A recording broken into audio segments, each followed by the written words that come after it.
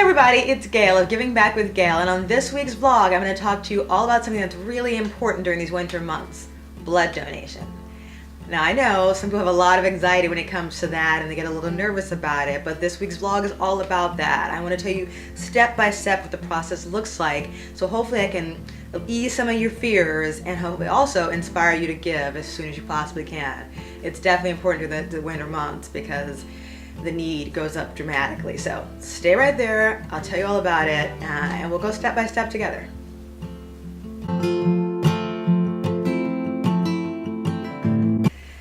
Okay, so if you know me at all, you know how important I think that giving blood is.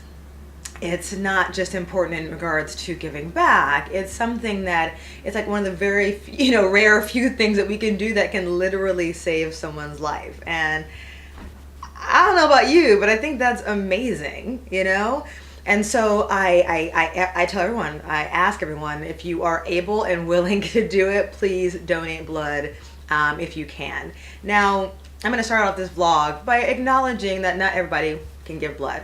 I totally get it, right?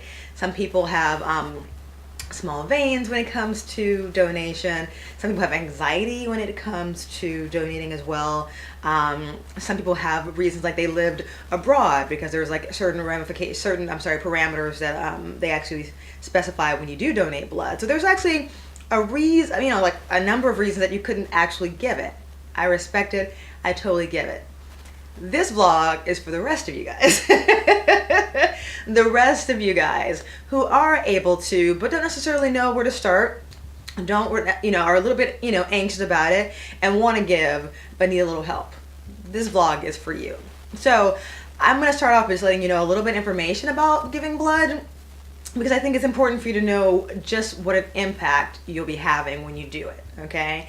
So statistically, only 37% of people in the US are eligible to give. 37%. Like, that's like if you were in school, you would be failing, right? Like, it's a really low percentage. So just let that sit with you for a second. So the need doesn't really falter, right? But the percentage at 37% is pretty low. So I just want you to think about that and realize even more what an impact you can have when you actually give blood. So of the 37% who are eligible, can you guess how many people actually give blood? I feel like I want to do like a little Jeopardy. Do, do, do, do. So, think about it for a second. Of the 37%, how many actually give blood? All right, you ready? 10%. So you've already gone from 100% of people in the world, in the US, knock that down to 37% of those people being actually eligible to give for all the reasons that I gave previously, and you break that down even further, and only 10% of those people actually do give blood. So the numbers are just, for me, kind of jarring, and it reminds me of why it's important for me to give back and give my blood and do my part to help out in any way that I can. So keep in mind those statistics, right? So you've got the 37%, you've got the 10%, and then on top of all the percentages, it actually gets, if you can think about it, it actually gets worse depending on the season. So let's say it's like springtime, right? Around that time, it's generally okay. Summer hits, the statistics, people who are eligible and who actually give goes down because people go on vacation, people are out of school, parents are focusing on their kids during the summertime, so blood donation goes down even during specific seasons. Then you're like, okay, and the fall picks back up a little bit, and then winter hits. Again, vacations kick in. It's just statistically during the winter months, donations just go down, right? You've got people dealing with the holidays. The holidays can be a hard time for some people, so they're maybe a little less willing to give during those times. And the thing about it is, statistically, the numbers go down about who actually does donate, but the need goes up. People are home, things happen. People at that time are much more likely to be in need, and the numbers go up. So you've got this crazy puzzle of need and ability and eligibility and giving, and you're just trying to find a way to make it all work in a population of 10% of people. Of the 37%, mind you. Because it's not 10% of the 100%. It's 10% of the 37% who are eligible, because not everybody's eligible to give. So I think that because I know that those statistics are really kind of jarring and kind of hurt my heart that we're not giving more, I want to share with you just how easy it is to give blood. So I give it, clearly. I think it's a really important part of giving back. I think it's a really easy way to give back as well, which I think is important too. And so basically, we'll just kind of go step by step. And I'm really passionate about it, so excuse me if you're like already going, okay, Gail, we get it. I'm just really passionate about like a simple way to give back that can help somebody, like save someone's life. That just seems so simple, and a really easy way to just do your part to make, to give back and make the world a better place, And so the first thing that you do when you're looking to give blood is find a place to give. Now you can go online, you can Google it, you can do what have you. I actually connected with Memorial Kettering, Sloan Kettering, Cancer Center here maybe a year and a half ago, give or take, probably more than that since I've been here almost 4 years in New York. And I love that they're a cancer hospital. I lost my brother to leukemia years ago, and so the idea that I can be, I didn't expect this, but the idea that I can be of service to someone during their journey with cancer really, really speaks to my heart. And so when I found them, I was like, yes, I'm going to support them, and I'm going to donate blood to that particular hospital. So first find the place you want to give blood, obviously. And then secondly, you've got, so for them, it wasn't a matter of putting anything online. I literally had to go physically set up my appointment on the phone, actually show up to my appointment. So you get there, you show up to your appointment, and you fill out a questionnaire. Now, the thing about the questionnaire is it's gonna seem a little intrusive, right? And it is, right? There's a lot of questions about whether or not different diseases you might have had, if you've lived, again, like I said, out of the country because of mad cow disease in Europe many years ago. If you lived there for a specific amount of time, and I can't think of it right now, so I apologize, but trust me, if you just do a quick Google, you'll find the specific information. You can't give blood here. There's questions about tattoos and piercings, and I have both, right? Like I've got my ears pierced, I've got my nose pierced, and I've got like tattoos. So they'll ask you about that because you can donate if you have those things. They just want to make sure that you've done it in a place that has like single application needles, and that you're just really aware of where you've gotten your tattoo or piercing done.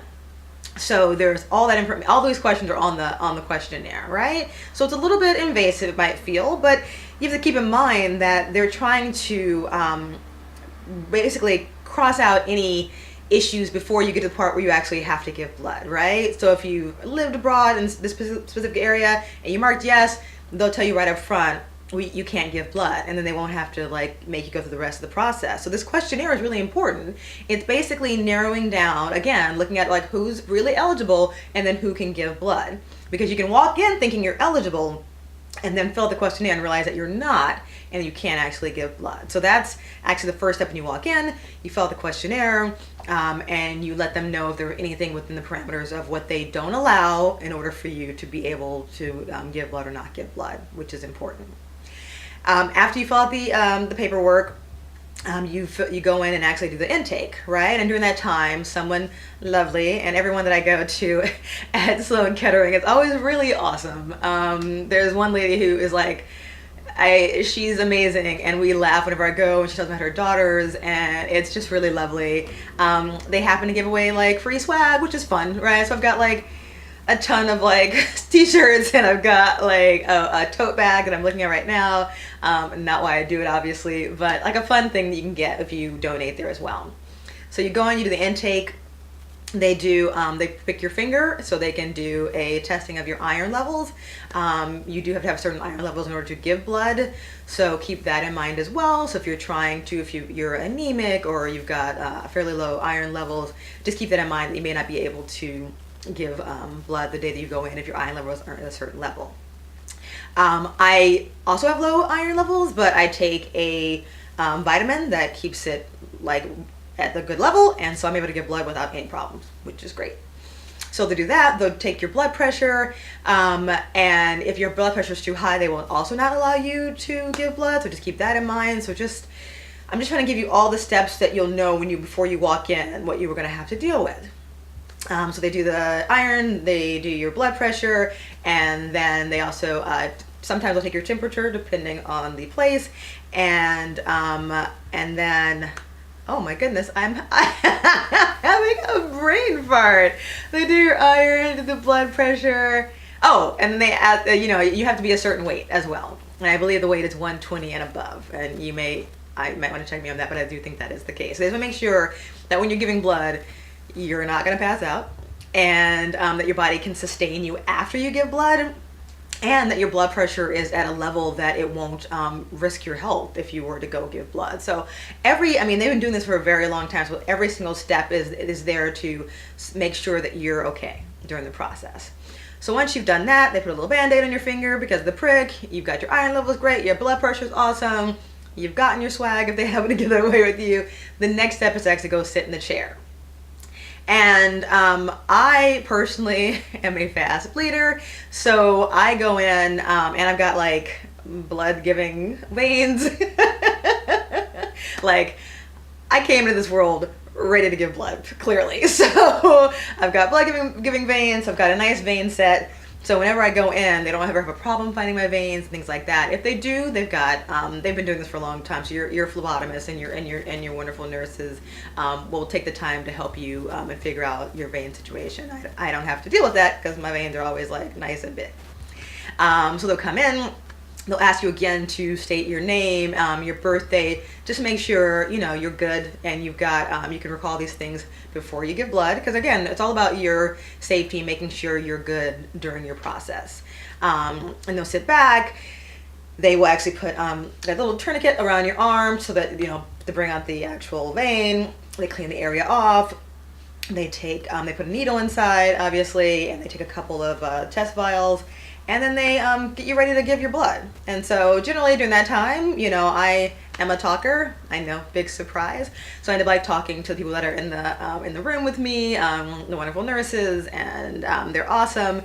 And then I just sit back in the chair and I relax and I wait to give my pint of blood. Now it is just a pint. That's it. Okay, so also keep that in mind. I think people think you're giving a lot of blood, and a pint it's a considerable, it's an amount, obviously, but it's not, I don't think, as much as people think. So I tend, because I got blood donating veins, I'm literally probably in and out in around 20 minutes, if that.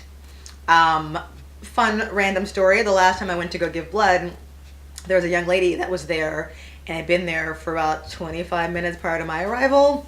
And she was still there after I left. Because I get in, my veins are like, let's do this. I look down and they've got like a little, okay, I don't even know what it's called. Sorry. They've got a little thing a machine that your blood is in the bag and it goes up and down so that it's constantly moving while you're doing the donation. And like, I look down at that little bad boy and looked at, it just goes beep, beep, and then I'm ready to go. After you give your blood, they clearly take off, and also I didn't mention you're holding on to a little ball just to make sure that the flow is happening, so you can squeeze it every few minutes, not constantly. You just want to make sure the flow is going as well, and they'll give you that as well, give you that little ball. It's like a stress ball. And they'll come over, they'll take the needle, obviously, give you a little piece of gauze to hold there. Depending on the hospital, they'll give you really cool colors. Because when I was in California at Cedars-Sinai and I would donate, we had super cool colors. But Ketterling does not do super cool colors. They only do the regular brown because the colors are for the kids, which I get. But I get a little sad because I like having colorful like options when they wrap up my arm after I give blood. Anyway, I digress. So they give that, they wrap you up, and in the non-colorful gauze bandages, and then they basically ask you if you're okay. They ask you to sit there for a few minutes just to make sure you're good. They ask you if you're good, and then usually I am, so I get up, I leave the area, and then I go to the secondary area. Well, I guess at this point it'd be like the tertiary area, like the third area, right?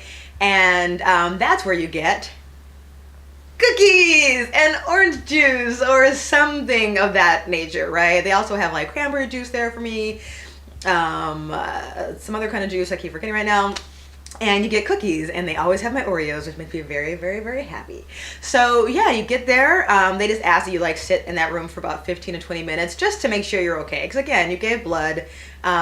Ooh, I almost forgot. I didn't forget that. Sorry, I can add that at the end.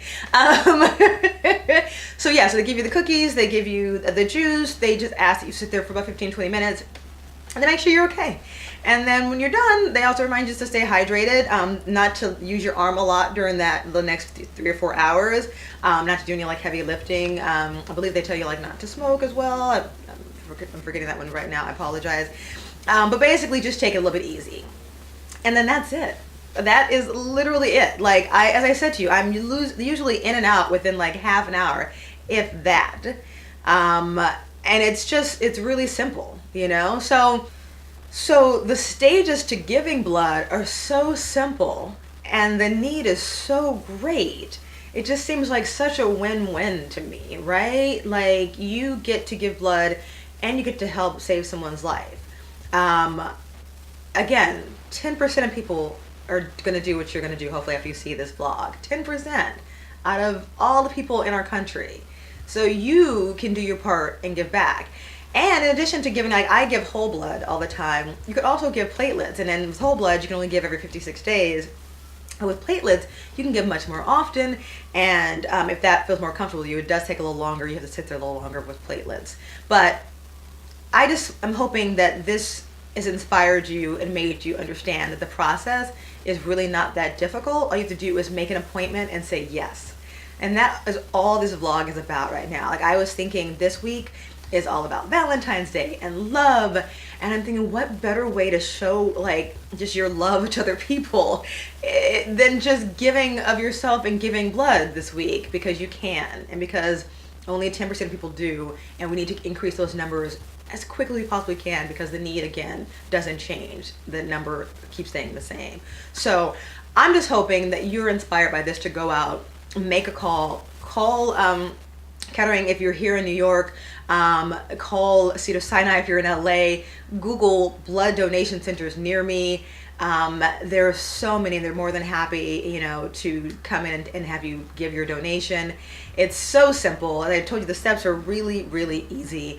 And I want to say it a million, trillion times. You could save somebody's life.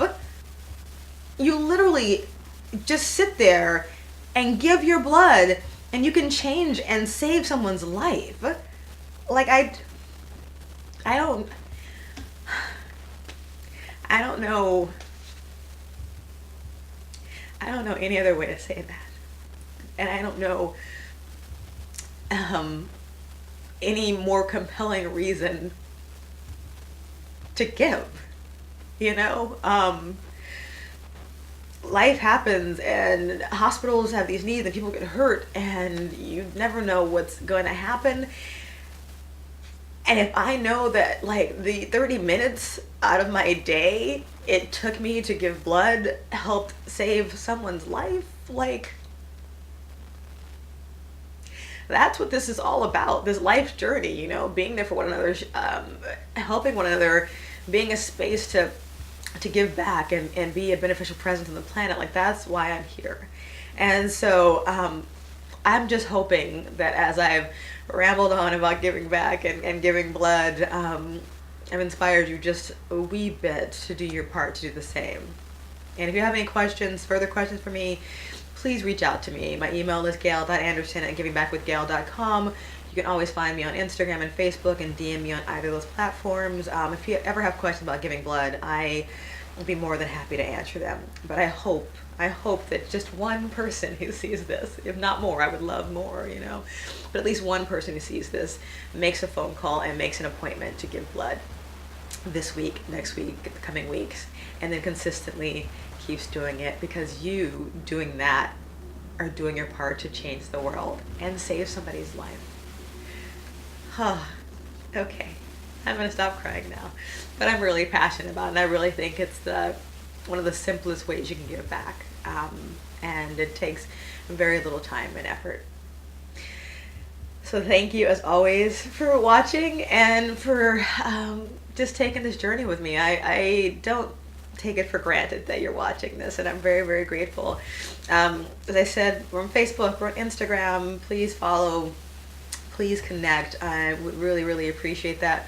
If you could share this with people and comment and like and subscribe and send it to friends and ask them to subscribe. I would love to grow my subscribers, and I would love to talk to more people about like giving back and doing more on that in that way. So I would love if you could do that for me. That would be really fantastic. And I think that's it for this week, so I can stop crying.